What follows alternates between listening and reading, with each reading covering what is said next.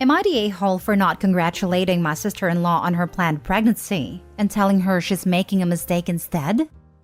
My brother works as a car rental agent and his salary is not livable at all.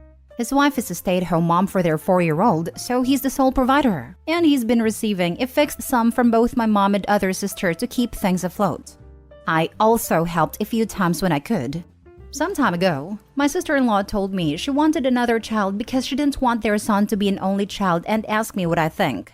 I advised her against it and told her to either wait till my brother gets promoted or till she gets a job. I told her it would be realistically impossible to provide for another child when you're barely coasting by, and that she was still young, 27-year-old. I also told my brother the same thing. About 3 weeks ago, my brother calls me all happy and tells me his wife is pregnant. I told him, great, I wish her good luck, and soon hang up. I never called sister-in-law to congratulate her, nor went over to their place for the baby shower. Just told them I was busy. Yesterday, we had dinner at our parents' house and I inevitably met my sister-in-law. She told me, I'm pregnant, with an excited tone. I told her, yeah, I know, that's great, I wish her good luck. She then said, so that's it? I asked her what she meant and she said, aren't you happy for us?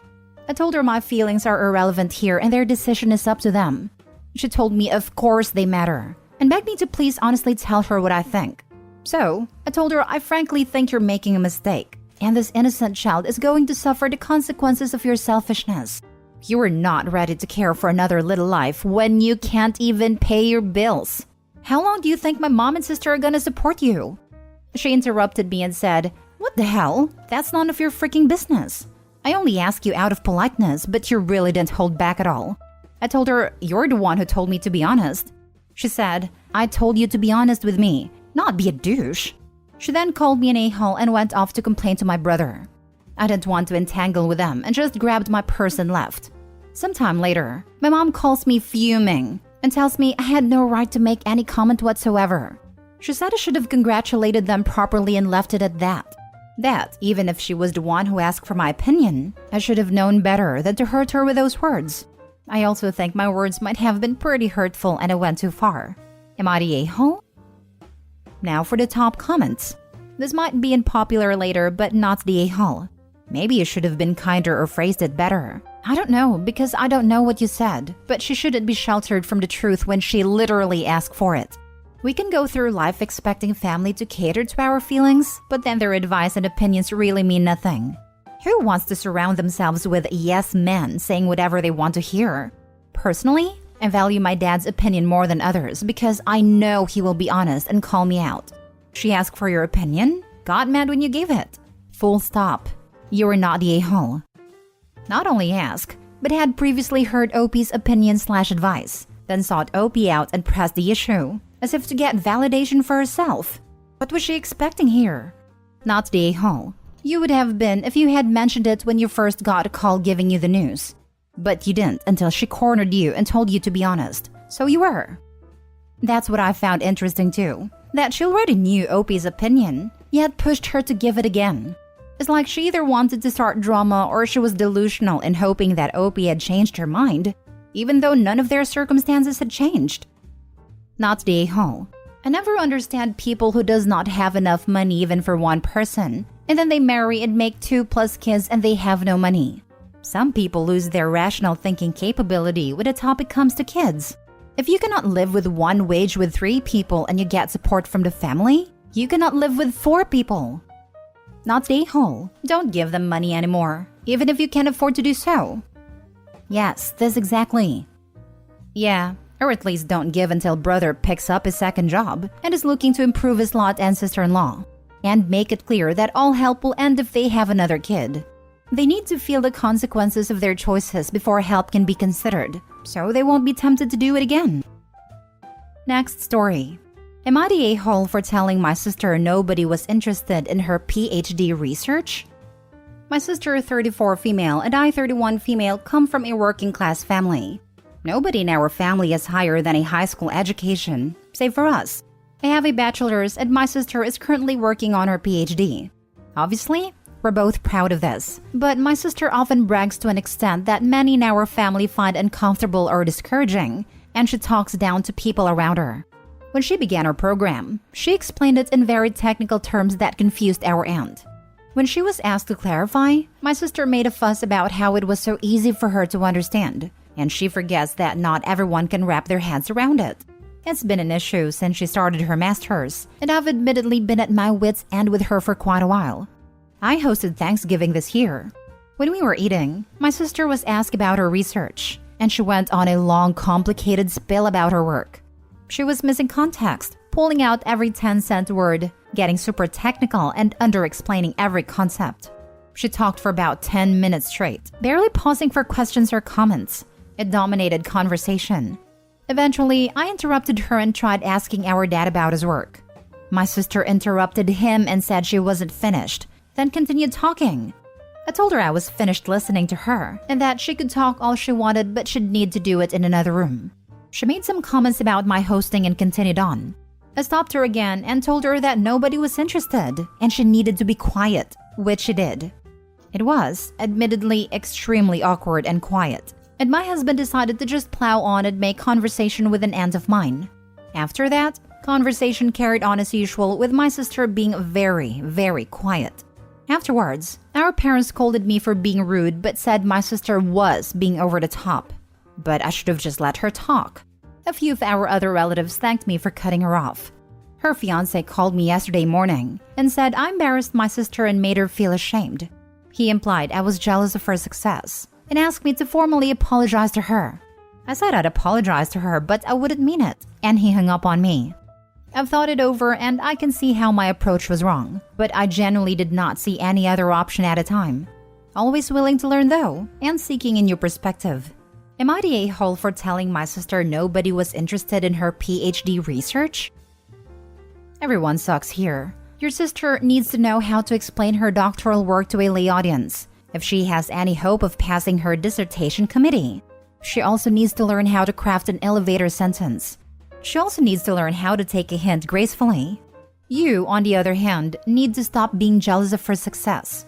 Conscious of it or not, jealousy and resentment oozes out of this entire post.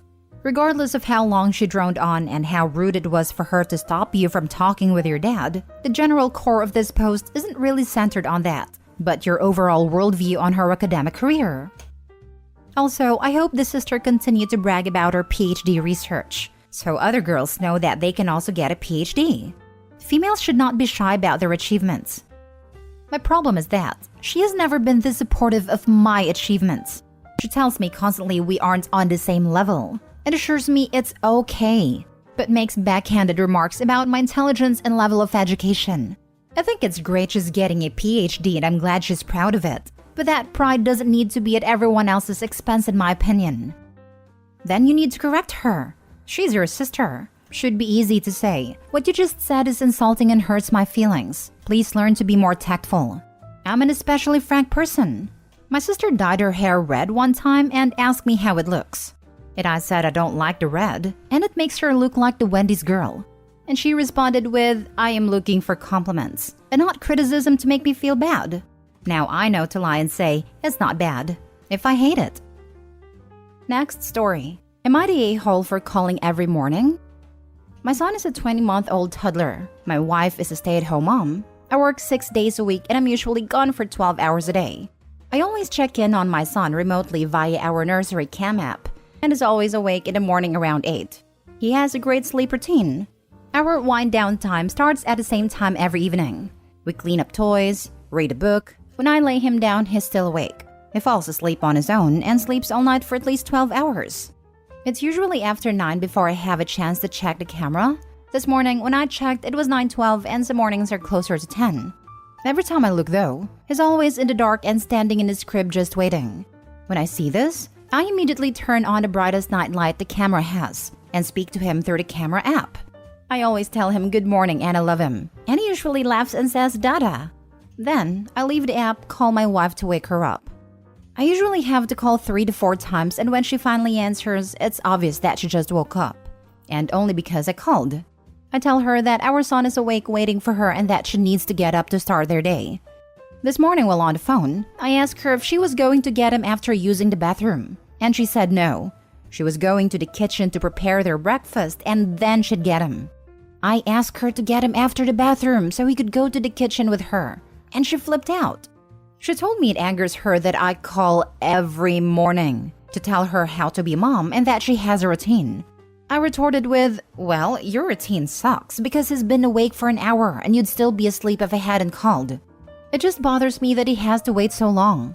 He needs a diaper change. He's probably thirsty, hungry, and just wants to play. Am I wrong though? Do I need to stop? Please be completely honest with your answers. Thanks.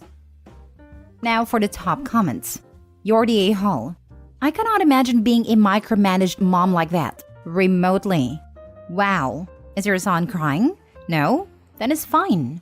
If he's uncomfortable, he will call for his mom. The kid is not going to cry if it's been normalized that he needs to wait in his crib for 1 to 2 hours. Not the a-hole. Totally agree with this. 1 to 2 hour wait is just sad. I hated reading this post. Your wife is a negligent mother. It is sad. Not the a-hole. She sounds lazy. Or like she has postpartum. You're the a-hole. Firstly, let's start with the fact that your kid is now into toddler range as opposed to infant. Your kid can manage a few moments alone in their crib and will still cry if they need any worthwhile attention. Secondly, let's say she took the toddler with her while preparing the food. Your kid is now learning escape methods. Getting into crap, cause mischief stage. Let her get the food ready first. Thirdly, best intentions aside, if my husband was micromanaging my mothering, I'd blow a gasket from stress alone. Moms need what sanity remains to us, especially before entertaining a toddler for hours. Fourthly, there was zero indication of why you thought your son was up for an hour, which makes me think it wasn't necessarily true so much as you just wanted to add spice to the insult you slung at your wife. You chose her to be the mother of your child. Now let her do her job in peace. He clearly states that his son usually is awake by 8, and mom doesn't come get him until past 9, sometimes as late as 10. That's not a few moments. Last story. Am I the a-hole for storming out of my wedding reception after sister-in-law's speech? I, 26 male, got married to my wife, 32 female, this weekend. The ceremony went great and the reception was going well. Just after we ate, my father-in-law and best man spoke, then my sister-in-law. All was going smoothly until she brought up an awful time in my life. A little background. During COVID, I lost most of my savings on the business I had unluckily opened in October of 2019. I was also dealing with bad gastrointestinal problems and horrible IBS. I felt horrible, like I had no hope, and getting my life back in order would take forever. Friends who had been a part of my business left due to the failure, and others due to the medical problems. My fiancé was the only one who supported me and gave me hope. She helped me rebuild my self-esteem and eventually my business, and I cannot thank her enough. When I was at my lowest, I wrote an emotional note about these feelings and went into detail about all the horrible things I felt both emotionally and physically. I also wrote about how she was my strength and kept me afloat. I told my wife about writing my thoughts but never showed her the note. Midway through sister-in-law's speech, I saw her unfold this dreaded note and start to read it to the audience. Not just the part about my wife, but a full paragraph before it, where I described how hopeless I felt and the details of my darkest moments from my toughest battles with IBS. I was so embarrassed. My sister-in-law started to cry as she got through the part about my wife, and went on to say she never knew how bad it was, but knew our love would overcome anything. I got red in the face, stormed out to the back of the venue and lit up a cigarette, which I haven't had in years. Some family members ran out, but I told them I needed to be alone. I came back after a bit. Everyone was eating and dancing, but I was still getting stares and I just felt horrible. My wife comforted me, but we didn't really talk it through since she was entertaining family and whatnot. After the party, I brought it up with my sister-in-law. I told her I felt violated that she would somehow get a hold of that note, and not only read it, but share it with everyone. I said it hurt, because the memory of the wedding certainly felt tainted by the speech and my reaction. She told me she wanted to share a beautiful image of our love. I didn't see anything wrong with it. That it reminded her of when her smoothie business failed and it gave her hope. She even told me it was a toxic coping mechanism to repress those feelings and be ashamed of them. I felt like the conversation was going nowhere. and we didn't speak for the rest of the night. It hasn't helped that distant family and friends have been recommending IBS treatments to me. My wife agrees with me, but thinks sister-in-law had good intentions.